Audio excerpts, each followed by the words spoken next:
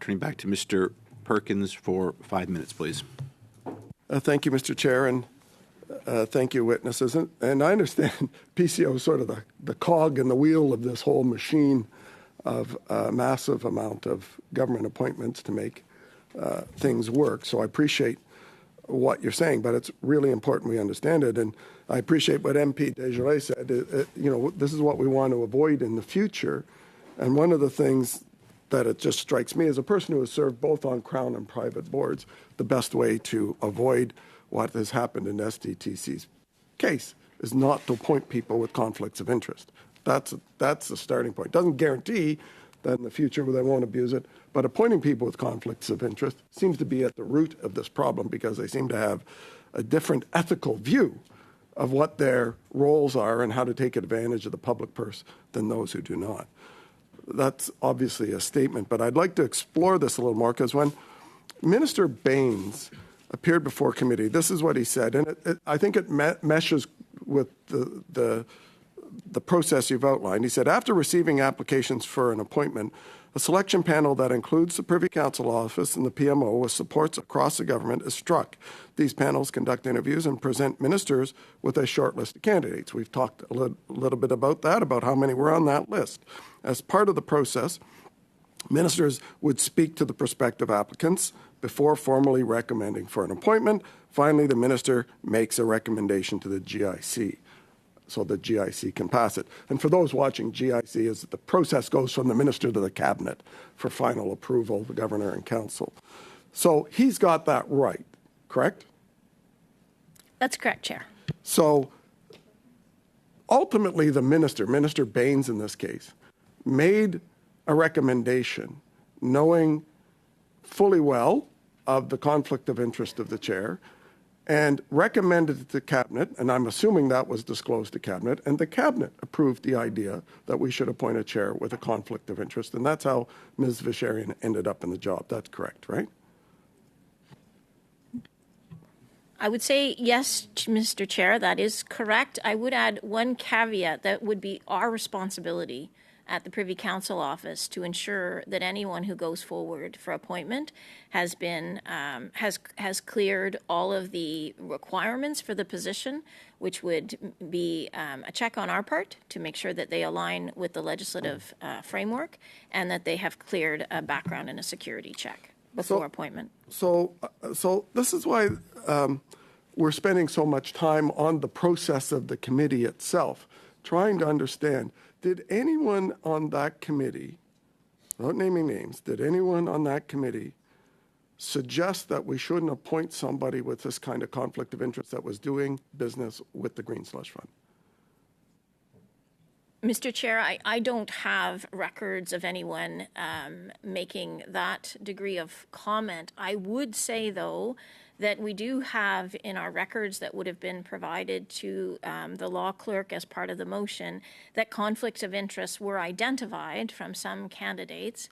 And it is a matter of public record from the Ethics Commissioner that we would have, the Privy Council Office would have advised Ms. Verschuren, given that she identified potential conflicts, to have a discussion with the Ethics Commissioner before her appointment could be considered. And as the Commissioner has noted, that was done with the office. So since we've spent so much time on this issue, and there seems to be a lot of vagueness around how many people were recommended, what the process was with the minister, and whether or not there was objection, would you be willing to table with this committee the minutes from those meetings with regard to this appointment with this committee, as well as the letter signed by PCO to the minister with the names he is to go and vet? So, Mr. Chair, I would signal that we have already provided all of the relevant documents in question to the House as part of the motion. And I would clarify from the previous question from Honourable Member Brock that my colleagues have provided me with the information that the process for the chair yielded a total of 6 recommended candidates. Okay, thank you. Ms. Cleed, you have the floor for 5 minutes, please. And then after that, you'll be excused. So over to you, please. Thank you very much, Chair. I really appreciate that in many instances we can work in a collaborative fashion to make sure that that we're able to get to the bottom of where we need to get to. Ms. McClelmont, can I just confirm one thing for you? I know that members of the opposition have said this multiple times, referring to the PCO as PMO. Are they the same entity? Mr. Chair, to clarify, as I mentioned, the Privy Council Office is the bureaucratic arm that supports the Prime Minister as his department, and the Prime Minister's office is his direct political ministerial staff that support him directly. So no, we are separate and distinct. It is not a dissimilar kind of construct to a minister's office in supporting a department, if that helps. Thank you very much. I just wanted to clarify that for the record. Now, I know we've had a lot of conversations today about what it means with conflict of interest in our public institutions, within the roles that people of influence hold in terms of how they conduct business, and that public perception of what our democracy and what the value of those public institutions is. So, as the same token as we've heard of Ms. Fisheras, like, for example, the leader of the opposition, when he invested in Bitcoin and then used his position for it to become a more powerful currency or a greater value, it's something that sounds like a conflict of interest. Or at the very least, an attempt to influence the market for his own personal gain. Now, using that as an example and using the case before us with SDTC as an example, do you think that the conflict of interest rules are too tight, or are they too broad? Do we need to go into what it means, what a conflict of interest is in this day and age? Thank you for the question, Mr. Chair. I guess I would answer that by saying that we have over 2,000 Governor Council appointees who live and abide by these rules every single day. And as far as I can tell, it functions well generally. And I think that I think we've struck quite a good balance in the current climate of having rules that protects taxpayers. And still being able to attract some of the best and brightest in the country to serve the country in full-time and part-time roles across government institutions.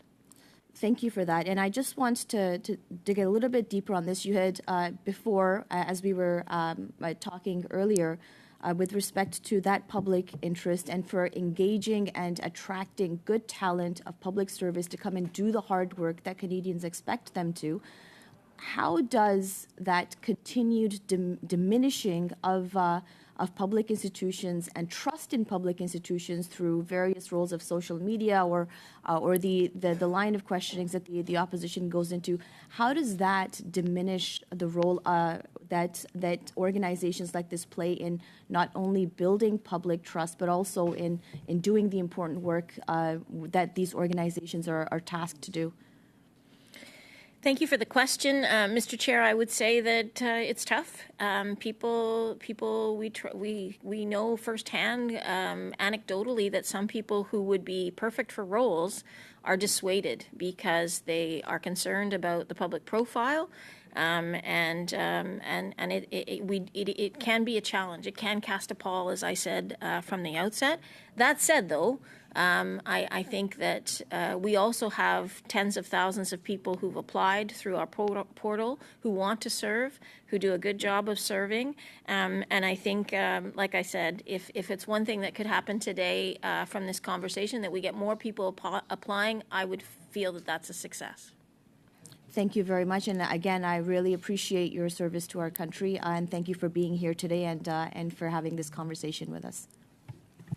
Thank you very much.